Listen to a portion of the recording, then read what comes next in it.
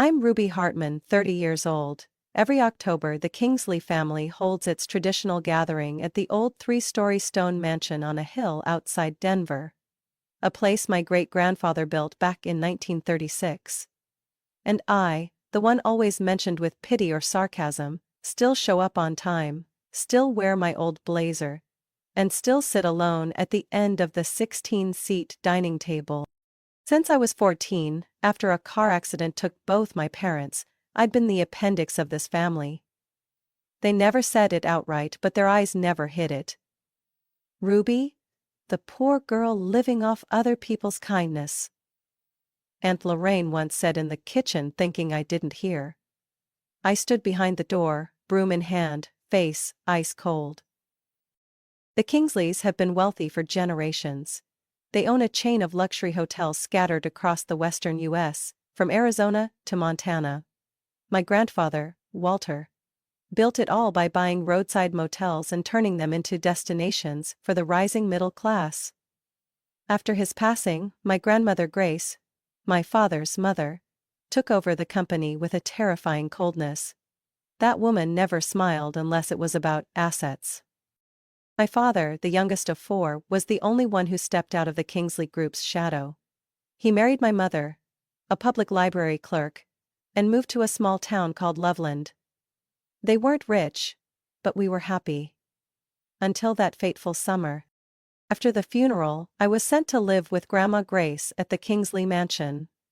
I still remember that first morning, eating breakfast in the same outfit I'd worn to the funeral, when my cousin Brittany called me a pathetic little souvenir, while flaunting her new $6,000 diamond bracelet, gifted for getting an A in modern dance. I didn't cry. Grandma said I wasn't allowed to cry. Kingsleys aren't weak, she said. We control emotions like we control assets.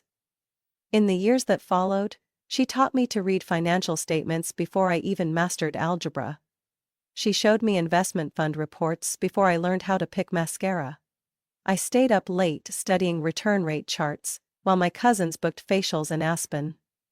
She never said she loved me, but she taught me to fend for myself. And that meant more than words.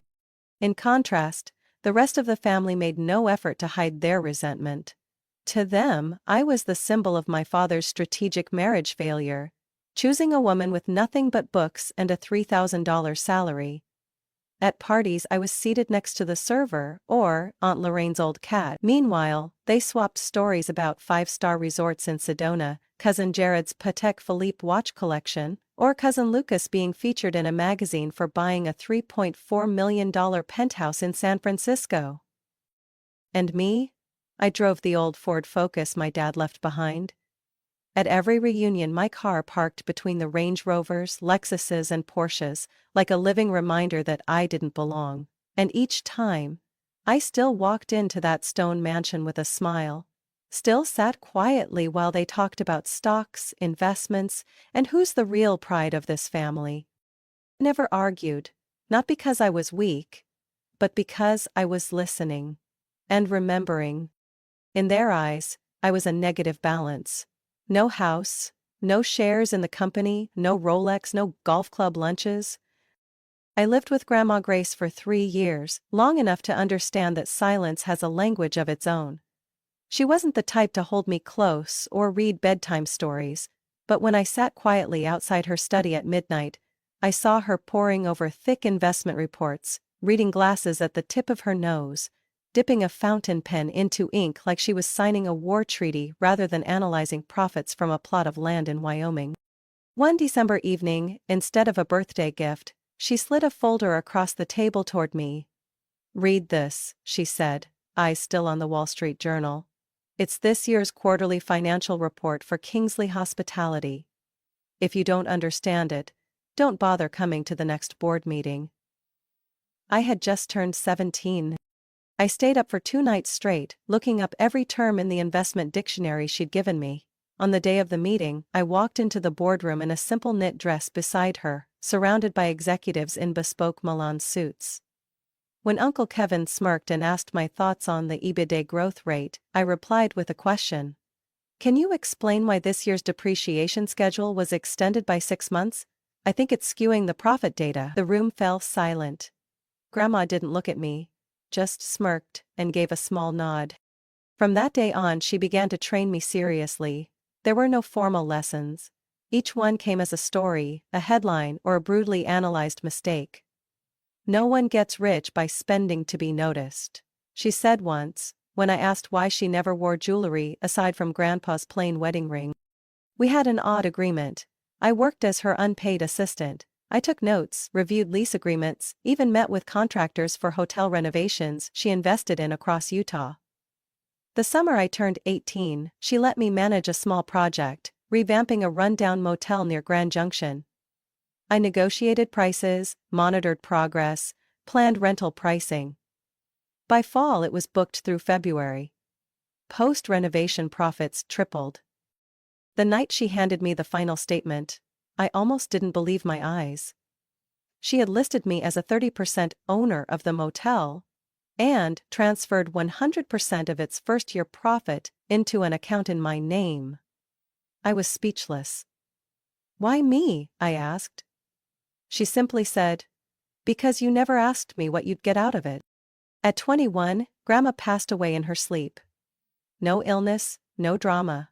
Just a winter night she didn't wake up from. The funeral was quiet. People called her a real estate legend, but no one truly understood what made her different. They remembered her numbers and smart investments, but not how she read people through the way they spent. After the funeral, each grandchild received a sealed envelope. Brittany got $80,000 to launch her cosmetics brand. Jared received $150,000 for his gym expansion project. And me? Just a handwritten note. "Ruby, don't spend this to impress. Use it to quietly gain control." Inside was a check for $75,000. Less than what the others got. But I understood. She wasn't leaving me a large sum. She was leaving me a message. Real power isn't about how much you have, but what you do when others think you have nothing. I dropped out of my MBA program and used the money to buy a dilapidated 2-story house in a neighborhood no one wanted 10 years ago, East Lake, north of Denver. I lived on the first floor, rented out the second. 6 months later, the area got a revitalization project. 3 years after that, I sold that first house for 4 times what I paid. Somehow, I knew she was still watching, and I was certain of one thing. She'd never want me to waste energy demanding fairness with words. She wanted me to do it through shares, contracts, and signatures. At exactly the right time. I left Denver at 23 with an old suitcase, the same laptop I'd used all through college, and an Excel spreadsheet titled 10-Year Plan, packed with formulas. I rented a studio apartment in Spokane, Washington, where home prices were still low and big investors hadn't begun circling yet. While my cousins flaunted Maldives vacations on Instagram, I was combing through foreclosure lists and calling every local bank to track down pre-repossessed assets. I didn't drive a new car. I fixed up my Ford Focus with money I could have used for a new phone. I didn't eat out. I cooked 3 meals a day and learned to fix plumbing through YouTube videos.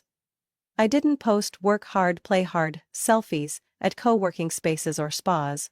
My only profile image was the logo of my shell company, Heartwood Property Group, registered to keep my identity off public property records. The first property I bought was a 3-bedroom house repossessed by the bank. The backyard was waist-high in weeds, the wiring chewed by rats, and the living room reeked of mildew. But the location, right between 2 roads the city had approved for future expansion. I applied for a special renovation loan designed for low-income individuals. Thanks to my carefully maintained modest income records, 10 months later, I sold the house for nearly double. I didn't spend the money on designer bags. I bought a row of 4 units in Spokane Valley, once worker housing for a nearby plant. I lived in one, rented the other 3, and reinvested the profits. Each property was held under a different LLC, all flowing through a holding company registered in Delaware, where privacy laws are notoriously airtight. I began tracking small markets on the rise but not yet saturated: Missoula in Montana, Salem in Oregon, and especially Fort Collins in Colorado. I devoured market reports, learned to read early signals before the crowd caught on. A new light rail line gets funding? I bought near it. A Whole Foods opened? I checked surrounding land prices. A school district got approved for expansion. I bought apartments near the future campus. By year 3, I owned 9 properties. In the 4th year, I bought my first commercial building, an old laundromat I turned into co-working space. I planned it all myself, hired a mid-tier design team, and squeezed every dollar to stay on budget. By year 6, I owned 14 properties, with a combined appraised value of about $30 million. Then came the strangest opportunity. I received an email from a property management firm representing the owner of a building called Maple Ridge in Aurora, south of Denver. It had 28 units, outdated amenities but a perfect location, near a hospital, a high school, and a shopping center. The owner wanted a quick sale before moving out of state. But what caught my eye was the tenant list. 3 names froze me: Jarrett Kingsley, Brittany Ellis, and young Lucas. The same people who once mocked me across Grandma's dining table. Now? They were tenants in a building about to be sold, quietly. I told no one. I didn't react emotionally. Instead, I bought the building through a brand new parent company called Augustine Partners. None of them suspected a thing. I even kept the same management firm to maintain appearances. I made only one change: the tenant approval process. Tighter credit checks, stricter screening, and a new policy memo announcing renovations to the lobby. They started complaining about the drilling, the new guest check-in portal, and the revised parking assignments by resident tier. I listened, through forwarded emails. I read Jared's message saying, "This new owner must be real estate clueless," and Lucas threatening, "I'll find a way to buy the place if conditions don't improve." I didn't respond. I just smiled. The flight from Spokane landed in Denver at 7 p.m. I didn't check any luggage. Just carried a light brown leather tote holding my laptop, printed contracts, and a steel-clipped folder. My real assets weren't in my bag. They were in the silence I'd kept for nearly a decade. The Kingsley estate sat atop Sunset Hill, facing the Rocky Mountains like an old fortress refusing to bow to time. But this time, it faced a real threat. Not from snowstorms or decay, but from the very bloodline that once protected it. This year's family gathering was scheduled to last 3 days. According to an email from Aunt Lorraine, the self-declared internal copay, the main agenda was to optimize legacy assets. Translation: they wanted to sell Grandma's estate for a development project. I arrived early on Friday morning. Martha, the housekeeper who had been there since before I was born, was the only one who welcomed me with a sincere smile. "Miss Ruby," she whispered as she opened the door. If Miss Grace were still alive, she'd never let them lay a hand on this house. I said nothing, just held her hand tightly. I still remembered the last time Grandma sat in the living room, her hand on the oak banister, gazing out at the lavender garden. "This house is not for sale. It's a memory. A reminder," she said before kissing my forehead. That afternoon, as relatives started arriving, the estate turned into a fashion runway. Brittany showed up in a brand new Ralph Lauren jumpsuit, holding a Pomeranian with a Hermes scarf. Jared parked his shiny new Tesla right at the front entrance and nodded at me like I was hotel staff. Lucas came late, carrying a laptop and a pitch deck for his Kingsley redevelopment proposal. "Ruby?" Uncle Alan sneered, giving me a head-to-toe look. "Still driving that old Focus? Durable, I'll give you that." I smiled politely. "Yes, it hasn't betrayed me, unlike some relatives." That evening, the welcome dinner took place in the main dining hall, with white lace tablecloths and Limoges china. I was seated near the end of the table right by the kitchen door. No one said anything directly, but the way Jared bragged about his new hotel chain in Palm Springs, and how Brittany raved about upgrading her Dallas penthouse with family equity bonuses, all pointed at me. Saturday morning, the official meeting began in the great room, once the heart of Grandma's warm Christmas gatherings. Now the nostalgia was replaced by a giant LED screen showing land maps, 3D renderings of condo blocks, and a profit potential breakdown. Lucas stood up to present. If we sell this land to Greystone Development for a base price of $42 million plus a profit-sharing clause on the luxury complex, each shareholder would see a threefold return within 6 years. His voice echoed like this was a moment in history. I raised my hand. What about the memories, the family legacy? Jarrett scoffed. You can't live off nostalgia, Ruby. I looked straight at Uncle Alan. Grandma said this house should never be sold. It's the soul of this family. He adjusted his tie. Ruby, you have 2% voting power. No board seat in Kingsley Capital. And no alternative plan. Don't turn this meeting into a sentimental monologue.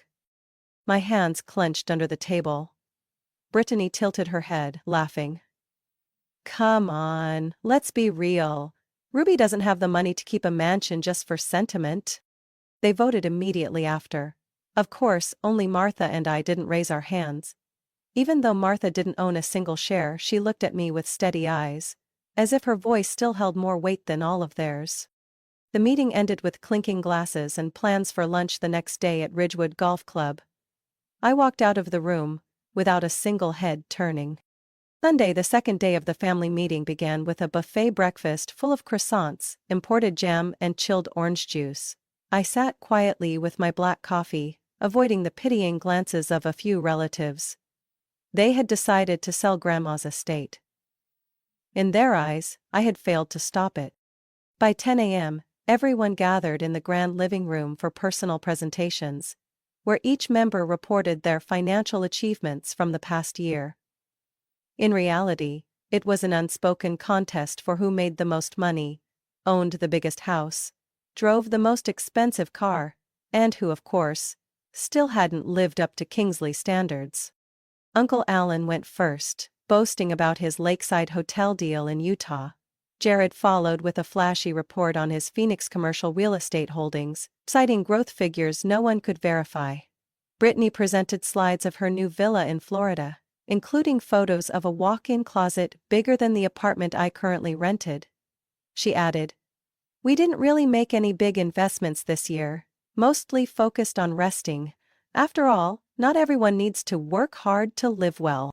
Applause followed each presentation, as if they were witnessing world records. Then it was my turn. "Ruby, do you have anything to share?" Aunt Lorraine asked sweetly. Her voice that kind of artificial sugar-coating a razor blade. I stood calmly. "I don't have a slide deck, just a few personal notes." Some eyes looked up with curiosity. Most didn't bother. Jared rested his chin on his hand. Brittany scrolled her phone. Lucas leaned into his yawning girlfriend. "I still work as an independent financial consultant," I began evenly. "Living in Spokane.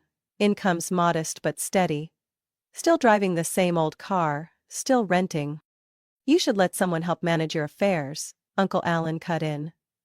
"The family could establish a support fund for those who haven't reached certain milestones. Nothing to be ashamed of." Before I could reply, Brittany chimed in. "Ruby, if you need a place after the estate is sold, I have a condo sitting empty in Tampa. I could rent it to you at a discount." Laughter slipped out from Jared and Lucas, no effort to hide it now. I looked at them. No anger, no hurt. Just razor-sharp clarity. "I appreciate everyone's generosity," I said, hand resting on the arm of the chair. "Actually, I called my attorney this morning. I have a few updates." The room went silent for a beat. "Attorney?" Lucas raised an eyebrow. "His name is Thomas Kendrick," I said, "based here in Denver. Specializes in asset management, property law, and trust funds." Jared chuckled. "Ruby, why would you hire an attorney? You don't own anything." I smiled faintly. "Then tomorrow should be very interesting when I present my personal financial report. And incidentally, I'll also be sending some documents to Greystone Development, so they are aware that selling the Kingsley estate is no longer a decision that can be made without input from a new shareholder. Shareholder? Uncle Alan snapped. I stood up and adjusted my blazer collar. Over the past 4 years, I've quietly acquired 18% of Kingsley Capital through 3 separate investment funds. And as of 2 days ago, I secured another 4% from a retiring shareholder. Uncle Alan's face turned pale. Lucas frowned. Brittany froze in place. I now hold 22% of the voting shares, which is enough to block any decisions involving the family's core assets, including this estate. I nodded slightly. Just wanted to give everyone a heads up, because tomorrow I'll be disclosing my full asset portfolio, including 1 apartment building where 3 of our family members currently rent. I walked out. Behind me, not a single word was spoken. No applause, no laughter. Just the sound of my footsteps, echoing firmly across the old marble floors of the Kingsley estate. An answer that didn't need to be whispered. Monday, 8:30 a.m. The Denver sky was a cold steel blue, and thin sunlight streamed through the tall windows of the Kingsley estate, casting long lines across the oak floor where the official meeting was about to begin. I walked into the main conference room, still wearing the charcoal gray suit. No watch on my wrist, no earrings, just 1 strand of white pearls that once belonged to Grandma Grace. Uncle Alan sat at the head of the table, surrounded by Jared, Brittany, Lucas, and several major family shareholders. Aunt Lorraine whispered something in his ear, stealing a glance at me.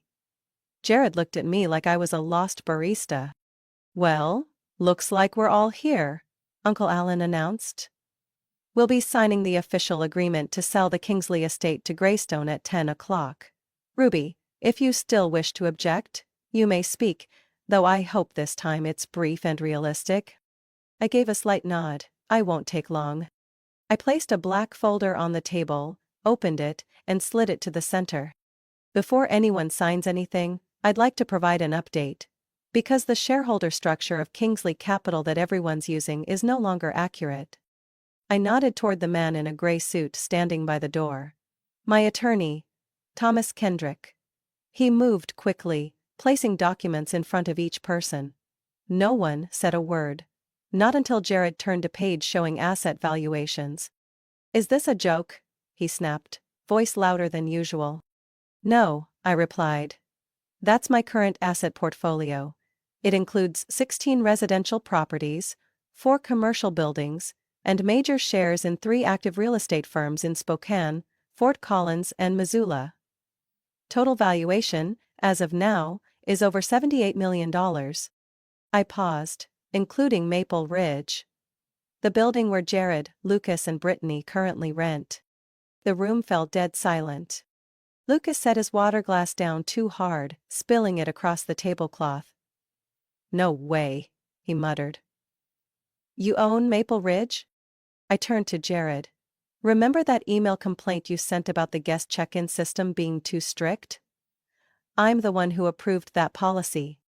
Brittany shot up. "This is insane. You've been spying on us?" I didn't answer. Instead, I pulled out another file labeled Grace Foundation Trust. "And this is the second update. Over the past 4 years, I've gradually acquired shares of Kingsley Capital from external partners through 3 holding companies. By last week, I held 18%. I paused again, locking eyes with Uncle Alan. "And last Friday, I officially transferred all my owned assets, including companies and real estate, into a new entity, the Grace Legacy Trust." That same trust finalized a deal to acquire an additional 17% of Kingsley Capital from the Arlington Investor Group. I walked to the projector at the head of the table, plugged in a USB. The screen lit up with a new ownership chart. Grace Legacy Trust. Alan Kingsley, 35%. Alan Kingsley, 32%. The rest split among minor shareholders. As of today, I'm the largest shareholder of Kingsley Capital. No one made a sound. Jared went pale. Lucas looked down, fists clenched. Brittany visibly trembled. Aunt Lorraine looked lost, like someone who'd woken up in a play she didn't understand. And Uncle Alan? He stared at me for a long time. That look no longer held contempt. It shifted to caution and helplessness. I don't need anyone's agreement, I continued, my voice unwavering. I just need enough power to stop what's wrong, and selling the estate our grandmother spent her life building? That's one of those things. I closed the laptop. The Greystone deal is blocked. All decisions about core family assets now require a new vote. And I do not consent. Attorney Kendrick gave a confirming nod. The heritage property sale is now invalid without agreement from the majority shareholder. No one spoke. Until Jessica, the only cousin who never attacked me, slowly began to clap. The sound of her applause cut through the suffocating room like glass. "Brilliant," she murmured, then turned to Jared. "Still want to brag about your portfolio?" I looked around. Every face that had mocked me on Saturday night was now staring at me like I was someone else, someone they hadn't seen coming. I never needed their validation, but now, they'd just handed it to me. And no apology could ever take it back. After the new shareholder structure was announced, the atmosphere at the Kingsley estate shifted so suddenly it felt staged. People who once ignored me became strangely polite. The same ones who used to mock my old focus suddenly remembered I was family. Even the grandchild with Grandma Grace's business sense. That afternoon, Uncle Alan invited me to a private dinner in the wine room, a space previously reserved for valuable negotiations. I politely declined. Aunt Lorraine texted me an invitation to a weekend at the Napa Villa to discuss the company's future, attaching a photo of her wine cellar and a message, "No one knows your potential better than I do, Ruby." I didn't respond. Late that evening, Brittany knocked on my door holding 2 glasses of wine. "I know we've never been close," she said, "but I've always admired you. I just didn't know how to show it." I stared at the wine for a moment before replying gently, "Thanks, but I'm working." I shut the door before she could say more.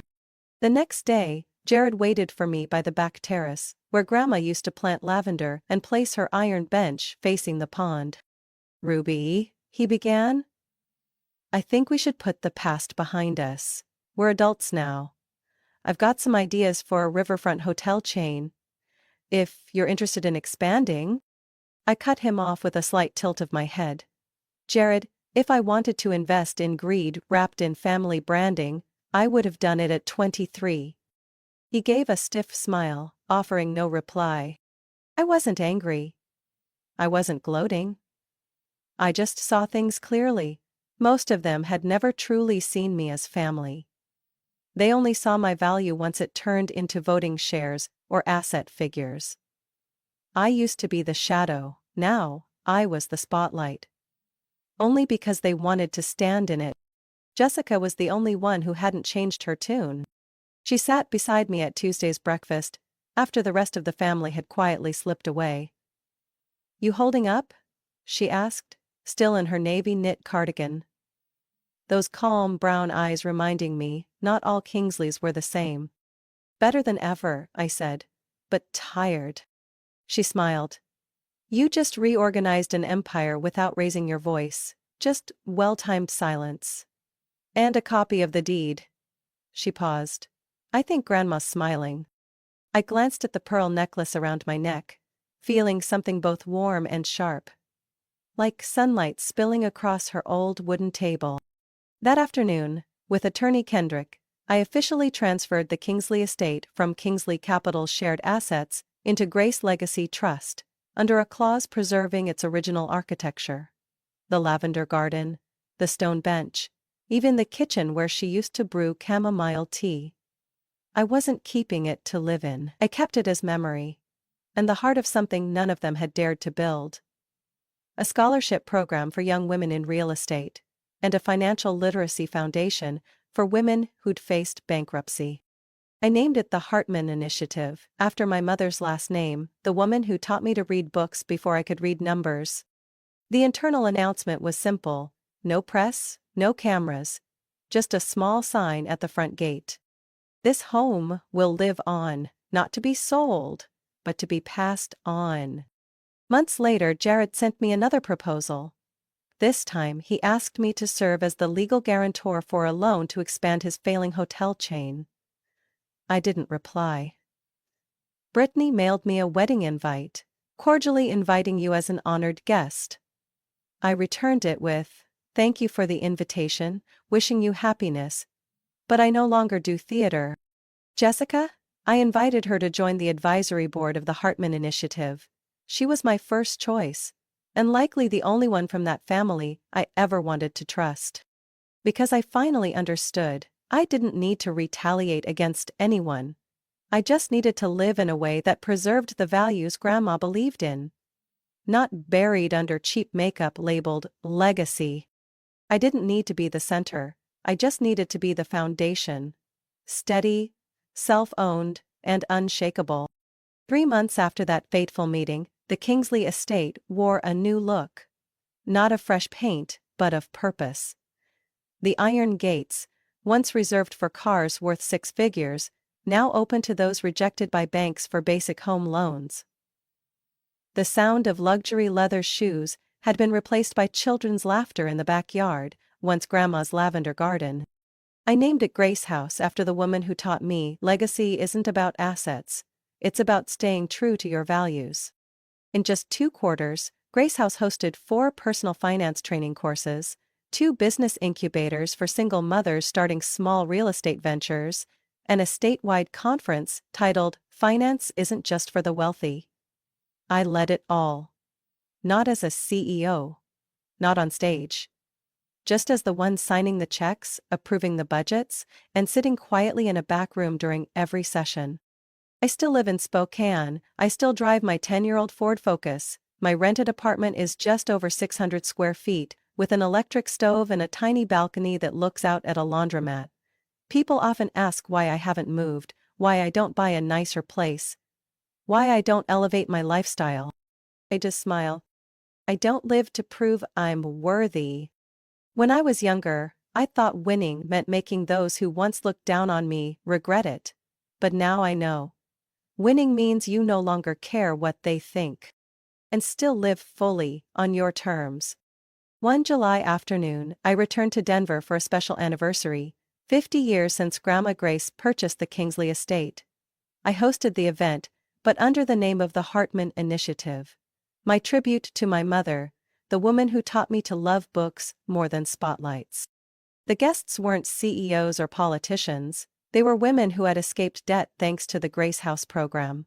Women who once couldn't read a lease, now renting out their own first investment properties. When I stepped onto the stage, no flashes went off, no red carpet, no resume read aloud. I stood there, holding a mic, looking out at the garden where Grandma used to water the roses every morning. "Someone once told me I didn't belong here," I began. And they were right. I don't belong in a world of flaunted wealth, hollow power and status built on someone else's money. But I do belong in the place where my grandmother read financial papers and reminded me, real wealth is having the power to choose what's right. Even if no one's cheering you on. I paused. We're not here to celebrate a house. We're here to remind each other that legacy isn't what's left behind. It's what we choose to carry forward. After the speech, I returned to my seat. Jessica gently patted my shoulder, her gaze quiet but deep. "Grandma's probably sitting up there on the windowsill," she said, "watching and smiling." I smiled too. Some family members still keep in touch. Jared sent an email saying he admires the new direction and is always open to collaboration if expansion capital is needed. Brittany offered to host next year's fundraiser, but faded once she realized this wasn't a fashion gala. I'm not angry, I just see clearly now. Some people change to grow closer, others only change their surface. When you have something they want, I don't need them. I have a well-performing portfolio. A genuine partner network across 3 states. A trust fund now run by women who once lived on less than $2,000 a month, now teaching others how to build passive income. And I have one framed photo hanging in the upstairs office of Grace House. Grandma, sitting by the living room window, holding her tea, looking out at the flowers.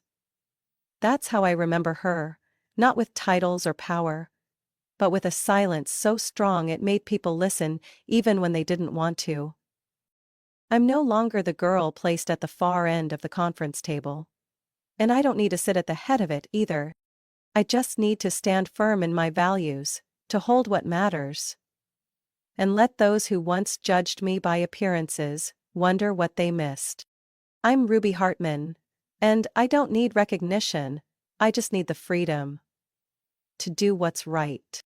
Ruby's story is a powerful reminder that true success doesn't need to be flashy, and a person's worth isn't defined by recognition from family or society. In a world where people are often judged by fame and fortune, Ruby chose a quiet, steady path, not for revenge, but to protect what's right. If you've ever been underestimated just because you're different, remember this. You don't need to prove anything to anyone, as long as you're living in line with what you know is right. What do you think of Ruby's choice? Was she too harsh, or simply defending what was rightfully hers? Share your thoughts below, and don't forget to follow the channel for more meaningful stories about family and life.